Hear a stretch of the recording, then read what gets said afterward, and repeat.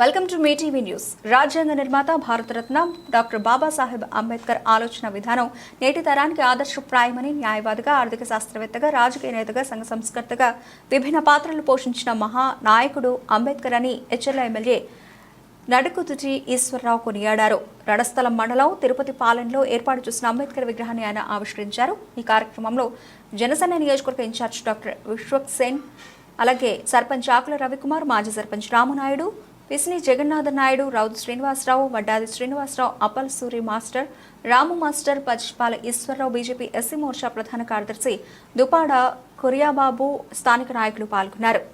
మన దేశాన్ని మనం ఏ విధంగా ముందుకెళ్ళాలి అంటే మనకు రాజ్యాంగం కావాలి.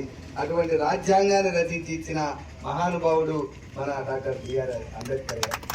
అందరూ చెప్తున్నారు అంబేద్కర్ గారు దళిత నాయకుడు అని అందరికీ చెప్తున్నారు. దళిత నాయకుడు అంత మాత్రం కాదు, ఆ పదం వాడకండి. ఇప్పుడు అంబేద్కర్ గారు భారత జాతి పౌరుడు, భారతీయులందరికీ కూడా ఆయన దేవుడు. అంతేగాని ఏ ఒక్క కులానికో ఏ ఒక్క సంఘానికో అతడు మాత్రం పరిమితం చేయకండి. భారతదేశం ఈరోజు భారత ప్రధానమంత్రి నరేంద్ర మోడీ గారు భారతరత్న బిరుదిచ్చి సత్కరించారు డాక్టర్ బిఆర్ అంబేద్కర్ గారు. భారతరత్న అంటే భారతమాత ముద్దుబిడ్డగా భావించుకోవాలి. అంతేగాని ఏ ఒక్క ప్రాంతానికి కానీ, సంఘానికి కానీ, కులానికి కానీ అతను పరిమితం చేయవద్దు. అతను ఎప్పుడు అలా భావించలేదు.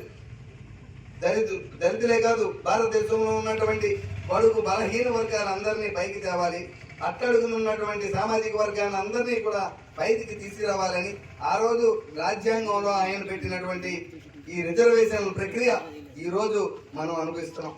కానీ అందులో ఒకటి గుర్తుంచుకోవాలి, మనం ఆ రోజు ఆయన ఇచ్చినటువంటి దారిని మనం ఎంతమంది ఆ దారిలో నడుస్తున్నాం అది ఒక్కసారి చూడండి. డాక్టర్ ఈరోజు చాలా మంది పిల్లలు చెప్తుంటే ఏదో అన్ని ఏరియాలో మాట్లాడతాడు, అతను వెళ్ళిపోతాడు, అతనికి ఏముంది, అతను డబ్బు ఉంది, అతను పిల్లలు చదువుకుంటారు, మనకు డబ్బు లేదు, మేమేం చదువుకుంటామని చాలా మంది మాట్లాడుకుంటున్నారు. అంబేద్కర్ గారి దగ్గర కూడా రూపాయి లేదు. నేను పుట్టినప్పుడు కూడా నా దగ్గర రూపాయి లేదు చదువుకోవడానికి. మేము కష్టపడేది చదువుకున్నాం. అంబేద్కర్ గారు కూడా ఆ రోజు ఆయన ఒక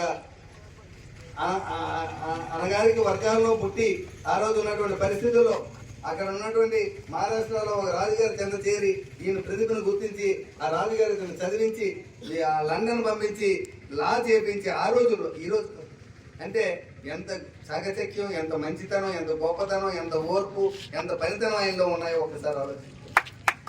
అటువంటి మహనీయుడు అలా సంఘంలో బ్రతకాలి, సంఘంలో ఎలా బ్రతకాలి చూపించినటువంటి మహనీయుడు మన డాక్టర్ బిఆర్ అంబేద్కర్ గారు. ఈరోజు మనం ఎప్పుడు ఇలాగే ఉండిపోయాం. ఎప్పుడు కూడా మనం ఒకరికి మాత్రం గుర్తుంచుకోండి, మనం అంబేద్కర్ గారి జయంతి రోజు లేకపోతే వర్ధంతి రోజు జై భీమని 4 కేకలేసి మనం వెళ్ళిపోతే మన జీవితాలు మార్చుకునే విధంగా మనం ప్రయత్నించాలి. దళిత సంఘాలన్నీ కూడా ఏకమై మన దళిత సంఘంలో ఉన్నటువంటి పిల్లలందరికీ ఉద్యోగాలు వచ్చే విధంగా ప్రయత్నించాలి. అందరూ చదువుకునే విధంగా ప్రయత్నించాలి. అప్పుడు సమాజం మారుతుంది కదా. ఉద్యోగం వస్తే కదా మీ బ్రతుకులు మారుతాయి. ఉద్యోగం రాకుండా ఎన్నాళ్ళు నేను దళితుడిని అంటే ఎవరు వచ్చి మీకు బాగు చేస్తారు? అంచేత మనం ఏ విధంగా మనం సంపాదన చేయాలి అనే దాని మీద దృష్టి పెట్టండి దయచేసి. ఆ విధంగా అందరూ ముందుకెళ్దాం. నాకు ఈరోజు మీరు అందరూ కలిపి అవకాశం ఇచ్చారు. ఇది ఒక్క తిరుపతి పాలెం అంటే నా సొంతూరు. బండపల్లి కన్నా నాకు ఎక్కువే ఈ సొంతూరు తిరుపతి పాలెం. ఎందుకు చెప్తున్నానంటే ఈ ఆలయానికి తిరుపతి పాలెం గ్రామానికి నేను ఎంపీడీసీగా చేశాను, ఇప్పుడు చేస్తున్నాం. గత మొదటిసారి ఎంపీటీసీగా ఎన్నికైనప్పుడు నాకు ఈ గ్రామం గౌరవించి నాకు ఆలయానికి శాశ్వత ధర్మకర్తనిచ్చారు. ఏ ఊర్లోనైనా ఏ ఆలయంలో గౌరవం. అంతేకాదు ఆ గౌరవాన్ని నేను నిలుపుకొని చెన్నూరు 500 ఇల్లు కూడా లేవు, అక్కడ 300 ఇల్లు ఉన్నాయి. ఆ ఊరికి రోడ్డు ఏంటి, 6 కోట్ల రూపాయలు ఖర్చు ఏంటి అయినా పట్టు పెట్టి అప్పుడు మినిస్టర్ గా ఉన్నటువంటి కళా వెంకట్రావు గారికి అడిగి పదవులతో నా ఊరికి రోడ్డు వేయండి అని చెప్పి 6 కోట్ల రూపాయలతో ఆ రోజుల్లో రోడ్డు వేయించుకున్నామండి. అంతేకాదు ఈరోజు ఈ గ్రామం మనకి రవి సర్పంచ్ గా ఉన్నాడు, సీనియర్ నాయకులు రామనాయుడు గారు మనతో నడుచుకుంటూ ముందుకెళ్తున్నారు.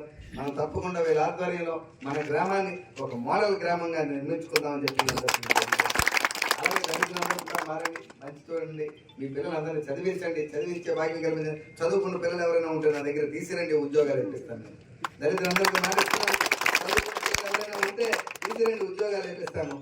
తప్పకుండా మీకు సహకరిస్తాను. మీకోసమే నేను ఉన్నాను. మీకోసమే, ఈ బడుగు బలహీన వర్గాల కోసమే దేవుడు నన్ను మళ్ళీ ఇక్కడ మనకి ఎమ్మెల్యేగా గెలిపించాడు.